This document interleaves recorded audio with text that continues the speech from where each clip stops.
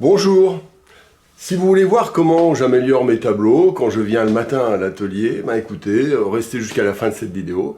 Je vais faire le tour de 6 ou 7 tableaux qui sont un peu de nature différente pour certains et ça vous donnera une idée d'un cheminement que j'appelle le cheminement du peintre paresseux.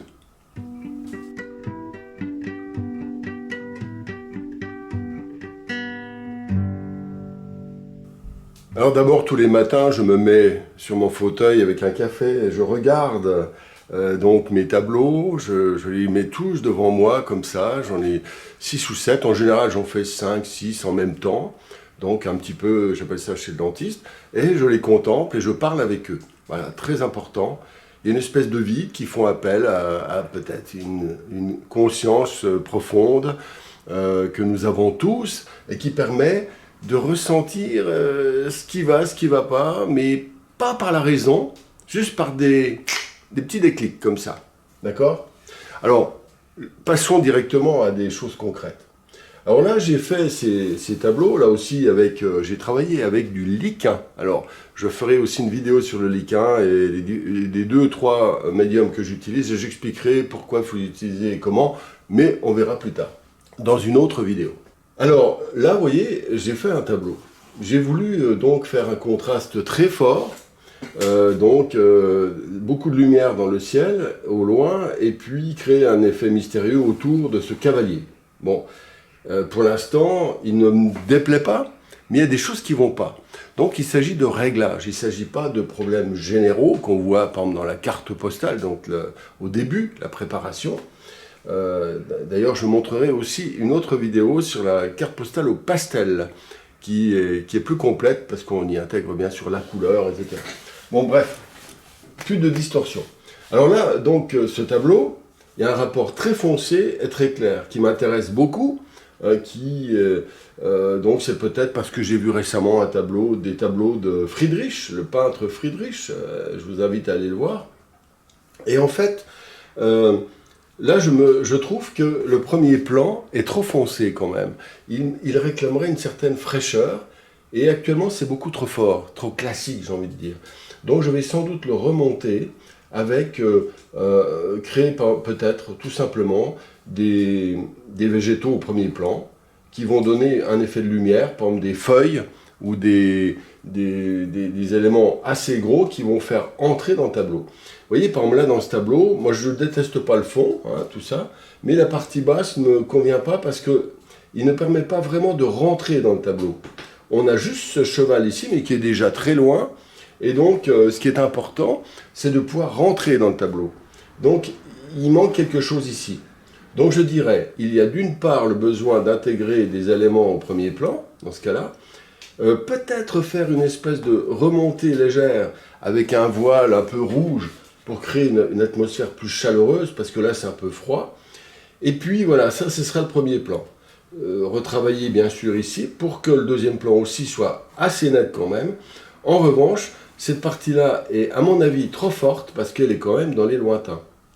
Donc, je vais travailler avec des glacis légers pour faire reculer cette partie-là, en la faisant, je ferai sans doute un voile un peu bleuté, qui va donc naturellement, comme vous le savez, faire reculer l'impression, parce que plus nous allons dans les lointains, plus nous avons donc une zone qui est plus bleutée, moins nette, etc. Et moins, comment dire, la couleur est moins présente. Donc il faut que je diminue et la couleur et la valeur, d'un petit chouïa. Nous sommes dans une logique de réglage. Pareil pour les lointains, il faut que je fasse en sorte qu'il y ait une différence entre la netteté et la couleur entre cet arbre-là et celui-ci qui peut être 100 mètres plus loin. D'accord? Donc il va falloir faire un tout petit glacis ici pour créer une unité là et donc faire revenir celui-ci ici. Il faut qu'il y ait un juste équilibre entre cet arbre qui est avant, cet arbre qui est, mettons, 100 mètres plus loin, 50 mètres, 100 mètres plus loin, et puis ceux-là qui sont encore 100 mètres plus loin. Et c'est très important qu'on sente la perspective des valeurs, et c'est des couleurs bien entendu, et des nettetés bien entendu. Alors curieusement, lorsque je ferai ça par un glacis, ça va le faire reculer, mais ça va aussi, comment dire, donner cette petite nuance qui fait toute la différence avec pas grand-chose, d'accord? Bon, voilà un exemple, voilà cette réflexion que je me suis faite, voilà, sur ce tableau. Alors j'en ai un autre qui est ici. Celui-ci, il n'est pas aussi avancé, il est dans le même esprit un petit peu bien sûr, c'est une espèce de colonne. Alors vous voyez, par exemple, j'étais content de le faire parce que c'est à partir d'une ambiance que j'ai faite, d'un tableau que j'ai fait il y a très très longtemps, un pastel. Et souvent je fais des tableaux au pastel pour en petit, pour les réaliser un peu différemment à l'huile. Donc ça change, et la technique, il y a quand même plein de différences. Alors, sur le coup, j'étais très enthousiaste, j'aime bien les couleurs, tout ça, donc tout va bien. Mais là, il y a un autre problème, c'est le problème du sujet.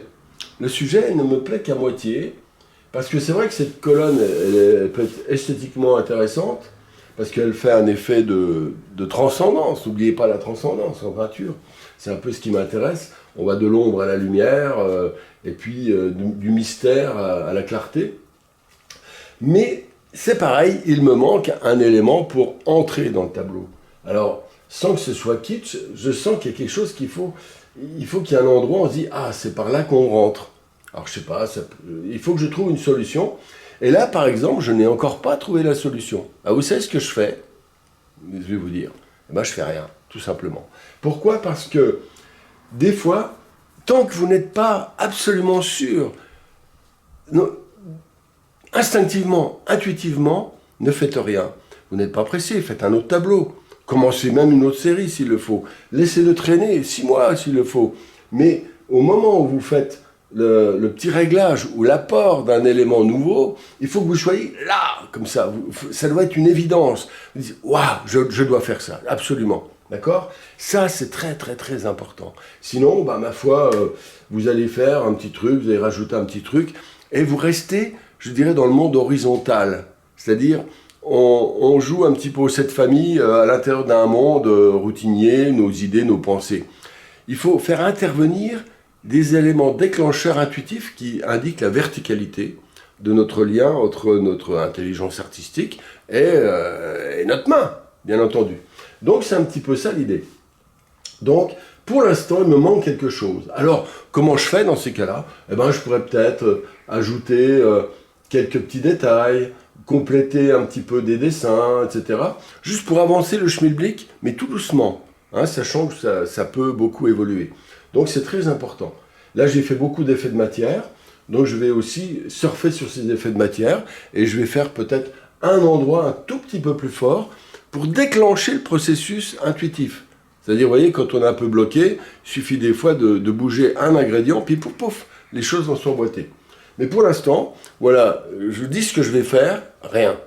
Tant que je n'ai pas vraiment trouvé la solution. Alors, je vous en montre un autre. J'ai choisi celui-là parce qu'il est différent. Alors, ça, c'est un... Je vais m'avancer dessus, parce qu'il est un peu loin. Voilà, comme ça. Tac, tac. Alors là, qu'est-ce que j'ai fait? Ça, c'est un sujet qui m'intéresse beaucoup. J'aime les livres. Et je vais raconter une histoire du monde à travers les livres. Non pas leur contenu, mais leur forme, leur mise en scène. Là, par exemple, c'est une mise en scène d'un univers de livres un petit peu confus, comme on a tous, vous savez, sur la table de nuit. Enfin, beaucoup en tout cas.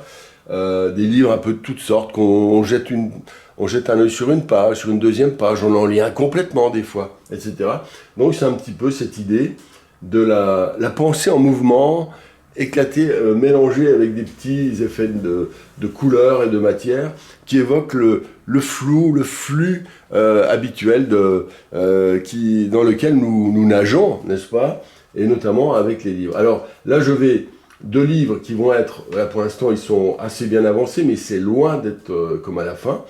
C'est une approche classique. Mon but c'est que ce soit vraiment, vraiment hyper réaliste, je prends juste quelques petites parties, et le reste abstrait. Alors ça c'est une espèce de fantasme que j'ai, c'est l'idée de connecter la totalité de ce qui se passe en art depuis des siècles, dans des tableaux, c'est-à-dire la méthode classique, la méthode moderne, la méthode abstraite, la méthode... c'est moderne aussi ça. Et pourquoi pas des concepts liés à des choses actuelles. Donc en fait, c'est une espèce de grande reconnexion pour moi, comme une sorte de jeu. Donc c'est un peu ça l'idée. Et je vais faire des tableaux très grands avec des livres qui racontent une histoire, tout simplement. Voilà. Alors là, évidemment, le sujet me plaît, parce qu'en fait, c'est comme si c'était une galaxie traversée par une énergie. Vous savez, on voit souvent, en ce moment, beaucoup de galaxies grâce aux nouveaux télescopes. Et ben, c'est ce qui m'en a donné l'idée, simplement. Vous voyez comment une idée peut venir. Seulement, vous regardez une galaxie avec une ligne comme ça, puis hop, voilà, simplement. Et ben, je le fais. Je le fais pourquoi? Parce que c'est mon bon plaisir, n'est-ce pas? N'oubliez pas. Et donc, maintenant, j'ai commencé à faire juste une boule. J'ai mis 2-3 bouquins, puis les autres, je les emboîte dans un esprit, maintenant, technique et d'équilibre. Alors, qu'est-ce que je vais faire? Eh bien, je vais d'abord finir un livre comme ça, parfaitement, parce qu'il sera le pôle, un des points extrêmes de l'échelonnage, on va dire des finitions. Vous savez, je parle toujours de la hiérarchie des finitions, donc je vais finir impeccablement, par exemple, ce livre, et puis un autre. Et puis entre, il y en a qui vont être très finis, d'autres moins finis, d'autres qui vont rester presque un peu abstraits, d'autres qui vont devenir un peu impressionnistes, pourquoi pas même. Et puis il y aura des tâches qui vont s'ajouter dans un souci d'équilibre, tout simplement. Mais j'aimerais par exemple reconcentrer la partie centrale et je vais mettre donc peut-être un glacis qui va unifier et rendre légèrement plus foncé toute cette zone-là. Voilà un petit peu comment je travaille. Alors là j'ai créé un livre. Non pas parce qu'il existe, mais je me suis amusé, parce qu'en fait, j'ai voulu intégrer des données un petit peu plus modernes dans ce livre qui est, à mon avis, qui donne des trucs un petit peu abstraits, un petit peu psychédéliques. Voilà. C'est une espèce de jeu entre la réalité ordinaire et la réalité non ordinaire, tout simplement, qui puise dans une espèce de jeu intérieur et psychédélique. D'accord ? Voilà. Mais je m'amuse beaucoup à faire ça et je vais faire toute une série sur les bouquins. Là, j'ai voulu travailler un univers rouge, donc le guitariste un peu vert. Et alors là, je me suis bien amusé. Et en fait, il me plaît bien. Vous voyez, on va du clair au foncé, pas du noir. Hein, la valeur, c'est pas 10, mais ce serait valeur 8, 9. Hein, dans l'échelle 0 égale blanc, 10 égale noir. Et là, pareil, c'est clair, mais c'est pas blanc non plus. Pourquoi? Pour réserver la clarté à la partie centrale. Voilà, c'est une espèce d'intimité vers laquelle nous amène ce guitariste. Alors autant, des fois je ne savais pas quoi faire, mais là je suis assez content de l'idée générale. Il ne reste plus qu'à maintenant à faire des petites finitions. Alors la finition, je vais passer peut-être un quart d'heure, je vais faire quelques feuilles, quelques troncs, je vais repréciser une pierre, un rocher, je vais refaire un tout petit peu plus net les zones derrière, un tout petit peu plus gris, des petits réglages, mais en quelques minutes, simplement. Des fois, alors c'est ce que j'appelle faire passer les tableaux chez le dentiste, c'est-à-dire que des fois c'est un quart d'heure, des fois c'est une heure, j'ai déjà dit je crois. Voilà, alors maintenant, passons au suivant. Alors celui-là c'est pareil, j'en ai fait un qui était un peu dans cet esprit-là, mais j'ai modifié des choses. Il était au pastel, celui-ci aussi d'ailleurs. Donc en fait, qu'est-ce que je fais?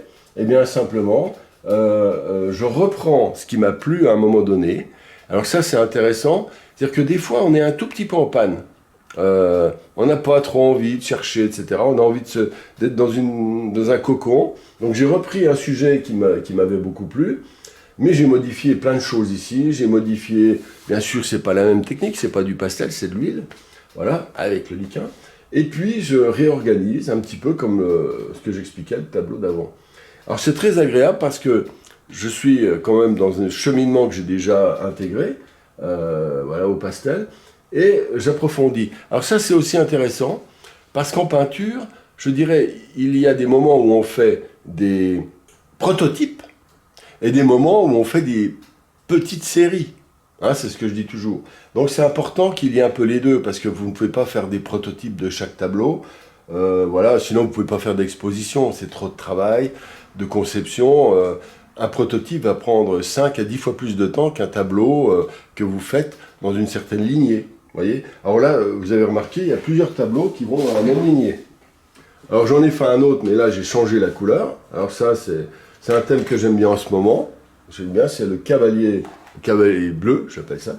Donc en fait, Voilà, j'ai créé tout un univers lointain. Et là, il faut que je fasse reculer au maximum dans les lointains. Alors, je prends mon temps. Ben, c'était faux liquin. Vous voyez, j'ai travaillé hier dessus. Regardez, c'est archi sec. C'est incroyable, le liquin. Voilà, c'est pour cette raison que j'utilise en ce moment, bien qu'il ne soit pas forcément le meilleur au niveau du rendu. Mais j'en parlerai dans la vidéo sur les médiums. Alors maintenant, qu'est-ce qui m'intéresse? Ben, c'est préciser le premier plan pour avoir envie d'entrer dedans encore plus. Je reprends ce que j'ai dit dans les tableaux précédents. On est quand même dans la même lignée. Et puis pareil, faire reculer les lointains par des voiles.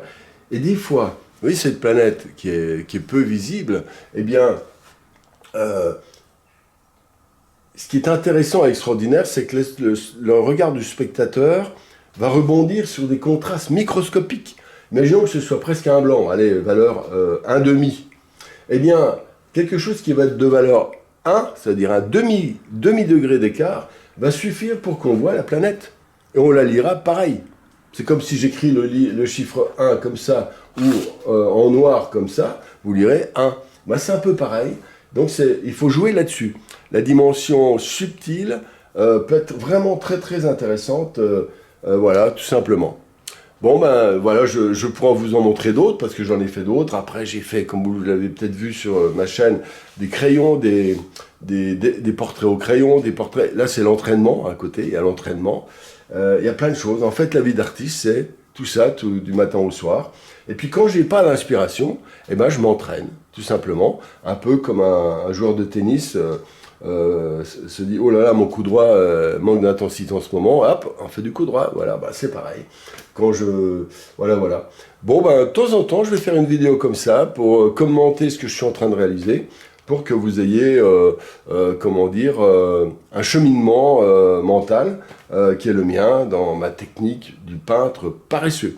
Alors n'oubliez pas, bien sûr, de vous abonner, lever le pouce bleu. C'est très important pour ma chaîne, et c'est vrai que je ne le demande pas assez souvent. Alors donc, ça ne vous engage à rien, mais en même temps, ça soutient la chaîne. Bon, c'est quand même sympa, quoi, tout simplement. Voilà. Faites la même chose avec vos tableaux, dans votre conscience d'empereur d'un territoire de la taille de vos chaussures, et faites ce que vous voulez, mais à partir d'une certaine cohérence due à un appel à l'intuition. À bientôt.